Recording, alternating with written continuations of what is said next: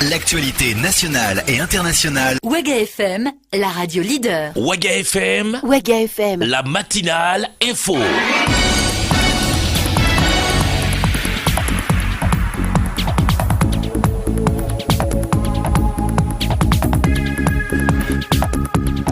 Vendredi 18 novembre 2016, 7h à Ouagadougou, à Bobo-Dioulasso, à Kaya et partout ailleurs aux quatre coins du Burkina, d'où vous recevez le signal de Waga FM. Mesdames, Messieurs, bonjour et bienvenue au journal de 7h sur la radio de toutes les générations. Tout de suite, les titres de l'actualité. Élection consulaire à la Chambre de commerce et d'industrie du Burkina, Mahamadi Sawadogo Di Kadhafi a été investi candidat à la présidence de l'institution par l'Alliance pour le renouveau consulaire. Des détails dans un instant.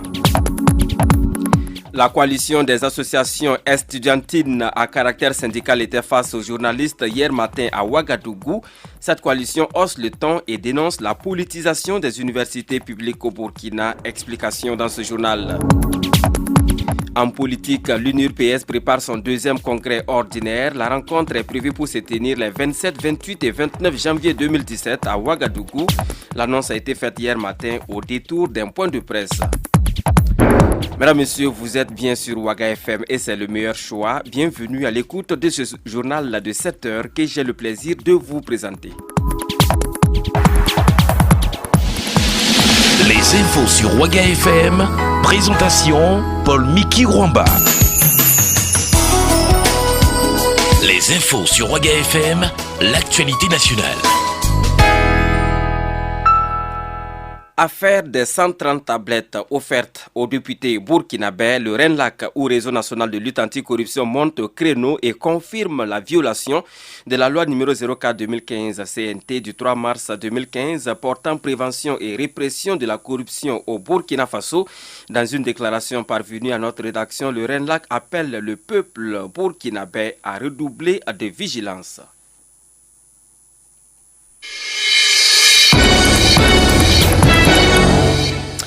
Présidence de la Chambre de commerce et d'industrie du Burkina Faso, l'Alliance pour le renouveau consulaire a son candidat.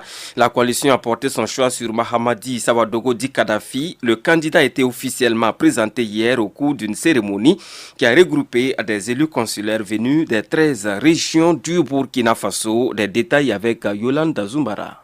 Mais par une coalition d'une vingtaine d'associations et groupements professionnels du secteur privé, l'Association pour le renouveau consulaire ARC a choisi comme candidat à la présidence de la Chambre de commerce Mahamadi Sawadogo Di Kadhafi. Idrissa Nassa, membre de l'ARC. La candidature de M. Sawadogo, comme je l'ai dit, a été initiée et soutenue par la base et nous sommes aujourd'hui heureux qu'il ait accepté donc de porter le flambeau de notre association.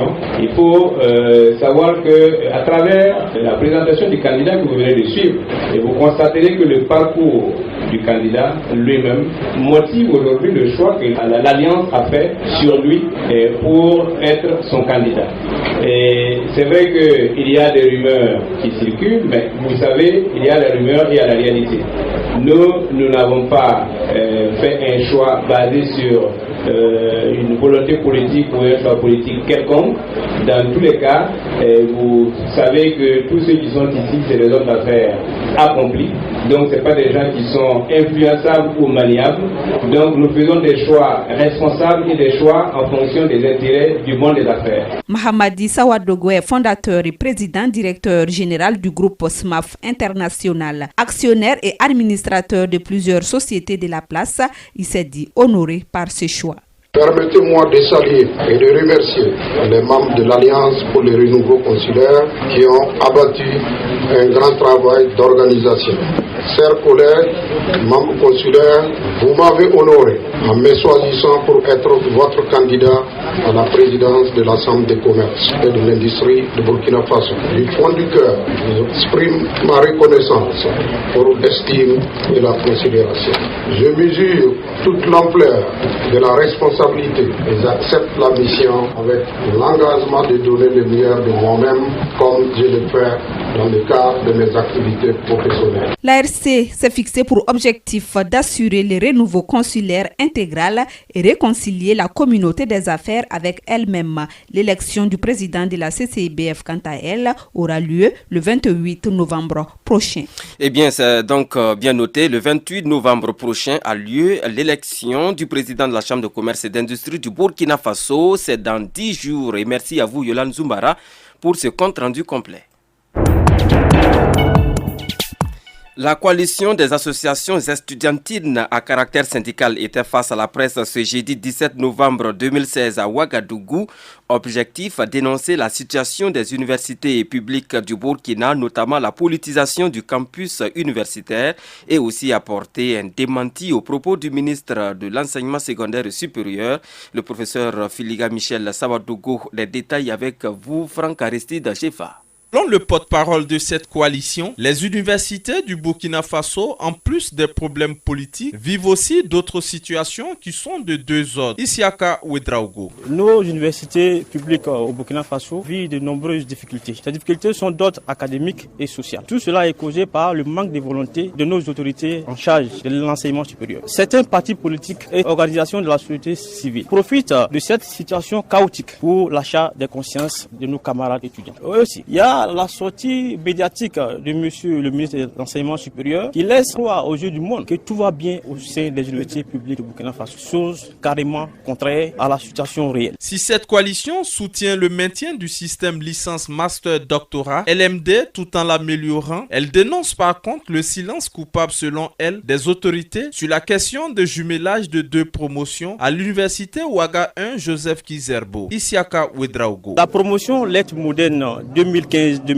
et celle du géographie 2015-2016, dont les mesures prises de façon théorique nous laissent des inquiétudes à la faisabilité de ces mesures. Si d'ores et déjà nous avons des problèmes pour gérer une promotion, on se demande si on arrivait à jumeler deux promotions, quel sera le sort. Alors nous attendons vraiment au gouvernement Thieba et au président Roch Marc Christian Kaboré de prendre la question de nos difficultés dans les différents campus au sein de Burkina Faso. Et la question doit être traitée de façon claire et de façon responsable. Alors une assemblée générale est prévue avec les étudiants en question, où ensemble nous allons décider de ce que nous allons accepter comme mesure pour les accompagner à finir leur année académique dans de meilleures conditions. Soulignons que ce sont au total 6 associations à caractère syndical qui constituent cette coalition qui se dit prête à barrer la route à toute tentative de politisation de nos universités. À l'instant, Franck Aristide Jefa sur le compte rendu de cette conférence de presse des associations estudiantines à caractère syndical. C'était hier matin ici à Ouagadougou.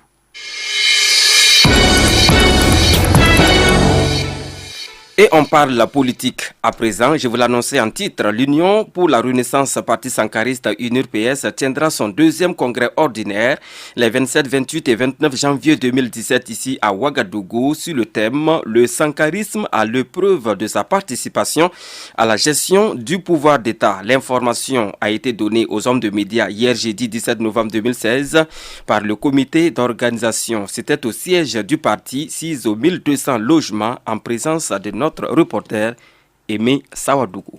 Les membres de l'Union pour la Renaissance Parti Sankariste UNUPS seront réunis en congrès ordinaire en fin janvier 2017. Athanas Boudot, président du comité d'organisation, nous situe sur l'importance de ce deuxième congrès.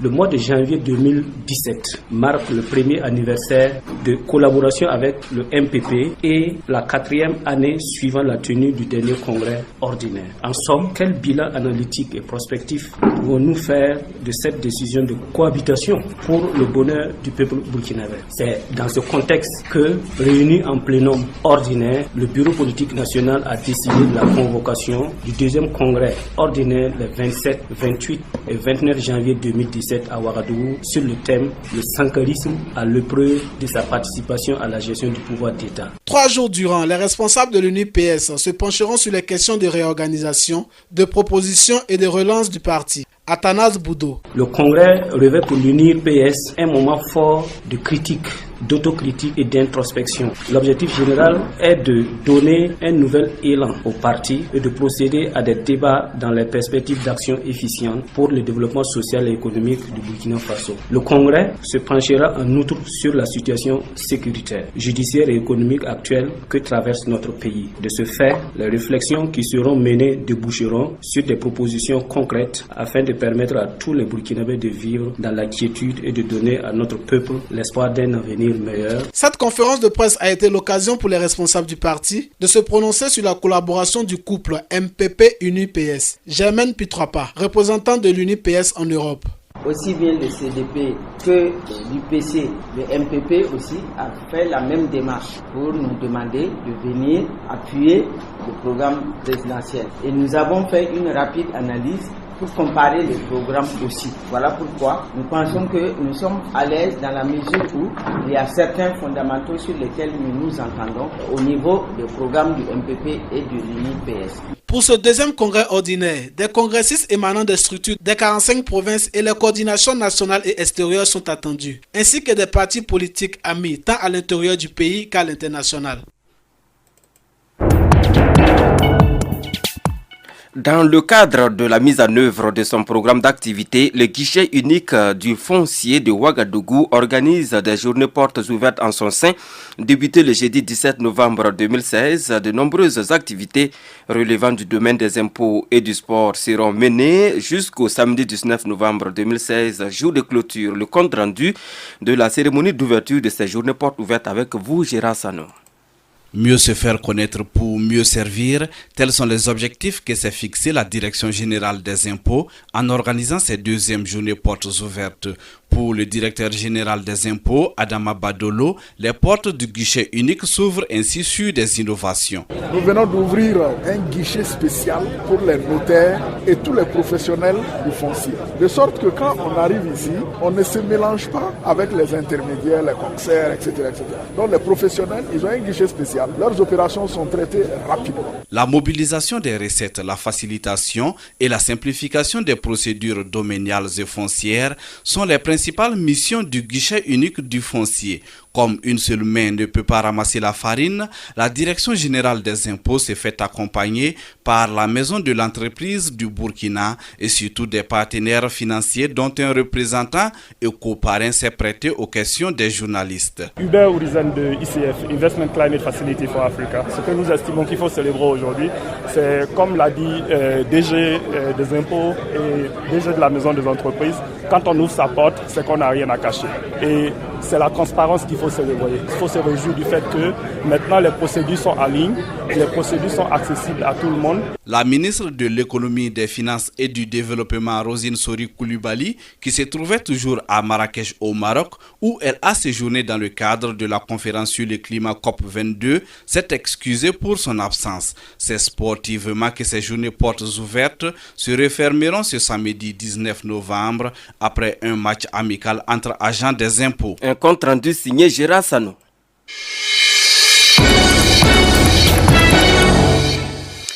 L'association SOS100 a procédé hier 17 novembre 2016 au lancement de la 8e édition de don de sang ici à Ouagadougou.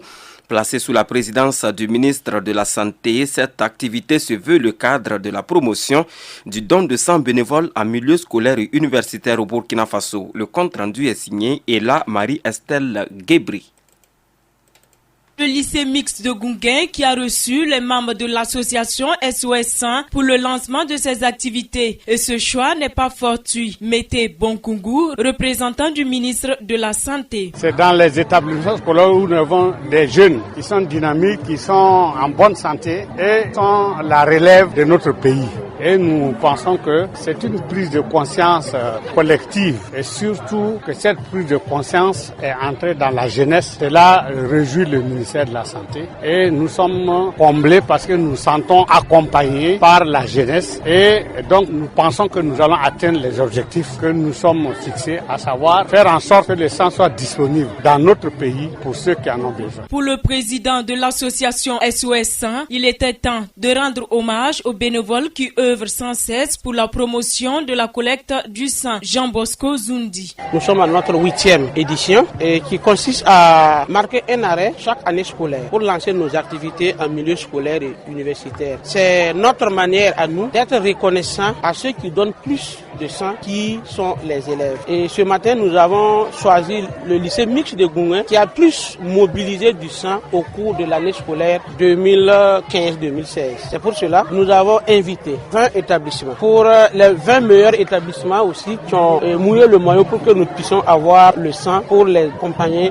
autour du concept Club 25. Le partenariat entre SOS 100 et les différents établissements scolaires a permis la création de 68 Club 25. Le président de l'association donne plus de précisions sur les activités de ces clubs. Le concept Club 25 consiste à inciter la jeunesse à donner 25 fois de son sang avant son 25e anniversaire. Et ce concept est recommandé par l'OMS, dont nous sommes là-dessus depuis 2008. Ça fait 10 ans de cela. Chaque établissement, le bureau du Club 25 est constitué de 10 élèves et d'un encadreur qui est de l'administration et le proviseur et le coordinateur du concept Club 25. Et chaque établissement est libre d'organiser les activités de promotion en vue d'organiser 2 collectes de sang au cours de l'année scolaire. Créée en 2005, cette association regroupe 750 membres actifs sur toute l'étendue du territoire national et elle compte mobiliser 10 000 poches de sang d'ici à la fin de l'année. Merci Ella Marie-Estelle Guébré pour ces précisions. Le comité d'organisation de Africa Global Telecom Business, en abrégé GTBM, était face à la presse hier jeudi 17 novembre 2016 à Ouagadougou. Une sortie médiatique au cours de laquelle des éléments d'information liés à ce rendez-vous des télécommunications ont été livrés à la presse. Pour votre radio, Olivier Kofi a assisté à cette conférence. Son compte-rendu est commenté par Serge Ekra de La Force. De ce salon, les participants réfléchiront sur le thème « Investir en Afrique, quel intérêt ?» Plus loin, Pema Bamouni, président du comité d'organisation de Africa GTBM, a indiqué aux médias les objectifs que vise cette initiative. Africa GTBM, c'est d'installer à Ouagadougou un salon de référence pour l'Afrique, un salon de référence où des entreprises dans le domaine des TIC comme Google, comme Apple, qui sont des leaders de rang mondial, viennent à Ouagadougou pour lancer par exemple des produits qui concernent l'Afrique, des produits pour l'Afrique. Ces produits sont généralement lancés dans le monde occidental alors que les consommateurs se trouvent chez nous aussi. Et donc nous souhaitons que notre salon soit annuel, régulier et qu'il soit de qualité de par la participation des personnalités. Que les innovations vont être de plus en plus déployées ici pendant le salon par des concepteurs, par des équipementiers, par tous ceux qui sont dans le domaine de l'innovation dans le secteur des télécommunications. Ce salon professionnel Africa GTBM est une plateforme d'échange sur les enjeux majeurs et de développement des télécommunications en général. Pema Bamouni indique cette fois-ci les attentes de ce rendez-vous. Nos attentes, c'est la réussite du salon. Nos attentes, c'est une forte participation. Nos attentes, c'est une organisation de qualité du salon. Nos attentes, c'est que ceux qui participent disent oui, ça a été bien organisé. Nous allons revenir à la prochaine édition. Africa GTBM aura lieu du 24 au 26 novembre 2016 ici à Ouagadougou et regroupera les hommes de télécommunications en général et en particulier les professionnels et consommateurs d'Afrique et du reste du monde. C'est un compte rendu signé Olivier Kofi avec la complicité de Serge Ekra de La Force. Les infos sur Ouaga FM, l'actualité internationale. Hors de chez nous, en Côte d'Ivoire, des affrontements ont opposé jeunes et forces de l'ordre dans la nuit du 16 au 17 novembre à Yamoussoukro. Des violences suscitées par la mort accidentelle d'un jeune homme lors de son arrestation et qui interviennent après plusieurs actes similaires ces dernières semaines dans d'autres villes du pays.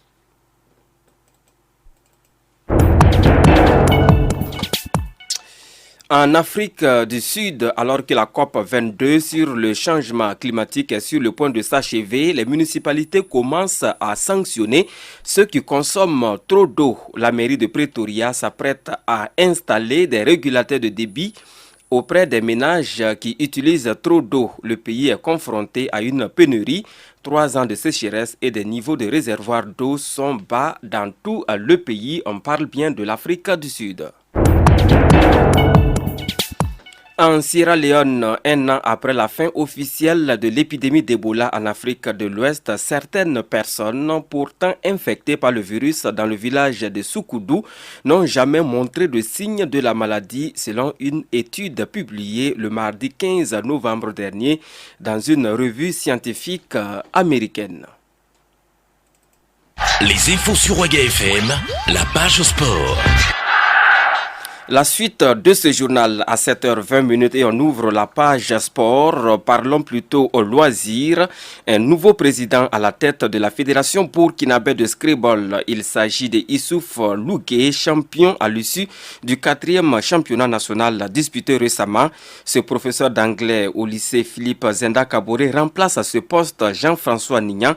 Franck Aristide Jeffa l'a rencontré, c'était hier jeudi et voici la synthèse de l'entretien qu'il a eu avec le nouvel élu. Nouveau président de cette fédération, reversé à la direction générale des loisirs, est conscient des nombreux défis qui l'attendent. Il se dit prêt à les relever avec l'ensemble de ses collaborateurs. Issouf Lougué. Nous avons la création de la direction technique nationale qui va nous donner des orientations en matière d'activités, de programmes et d'actions à entreprendre. Ensuite, nous avons l'ouverture d'un siège à Ouagadougou parce que ce siège-là va nous permettre d'abriter notre matériel, nous permettre également de faire nos entraînements. Ensuite, après cela, nous avons le lancement de ce que nous appelons les simultanés nationaux que nous prévoyons pour les premiers week-ends de chaque mois. Après cela, nous allons encourager nos structures de base, c'est-à-dire les clubs, les districts et les ligues à formaliser leur adhésion. Après, nous avons la formalisation des clubs qui existent sans statut officiel. Et bien entendu, nous avons le Scrabble scolaire qui nous tient vraiment à cœur. Longtemps collaborateur fidèle de l'ancien président et champion ces 2 dernières années, Issouf Lougué, le nouveau président de la Fédération burkinabé de Scrabble, veut bien allier responsabilité et participation aux compétitions. Mais ce nouveau statut peut être incompatible à la soif de jouer pour la morale selon lui. C'est pas évident en tant que président de pouvoir jouer parce que d'abord j'aurai forcément beaucoup d'activités à entreprendre. Je n'aurai pas forcément le temps comme par le passé de pouvoir m'entraîner, pouvoir me concentrer. Mais au-delà de cet aspect d'entraînement, à mon propre niveau, il y a un petit problème d'éthique qui se pose parce que je me vois très mal en tant que président, en tout cas d'aller m'asseoir encore avec les autres compétiteurs pour compétir. Mais les choses peuvent changer. Je vais discuter avec mon staff. Nos textes ne l'interdisent pas. Peut-être que c'est à mon niveau personnel que je devrais prendre une décision. Issouf Lougué a surtout et aussi rendu un vibrant hommage à son prédécesseur Jean-François Nignan. Il a d'abord dirigé notre ligue, la ligue des centres de Scrabble, avant de passer à la fédération. Il a entrepris beaucoup d'actions. C'est sous lui que le Burkina Faso a participé pour la première fois à un championnat international, notamment en 2012 en France et en 2015 également en France. Et l'année surpassée à Abidjan et l'année passée à Lomé. Donc tout cela, c'est à mettre à son compte. Il a œuvré pour que tout cela soit réalité. Et les différents clubs de différentes régions ont été dotés. Tout ça, c'est à mettre à son actif. Sous lui, il y a eu des événements tels que l'organisation des championnats nationaux à 3 reprises, si je ne me trompe. En tout cas, il a œuvré tant qu'il le pouvait pour redynamiser la pratique du Scrabble au Burkina Faso. Nous prenons la relève. Notre prière, c'est de pouvoir faire au moins ce qu'il a pu faire. Et par la grâce de Dieu, nous espérons aller au-delà. Les élections à la Fédération burkinabé de Scrabble se sont déroulées le dimanche 13 novembre dernier.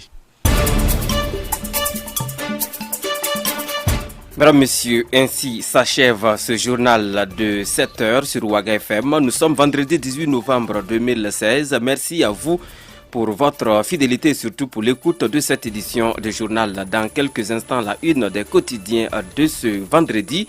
À 7h45, c'est commentons à l'actualité et à 8h, le retour des infos sur la radio de toutes les générations. Merci de votre fidélité sur la radio de toutes les générations Waga FM.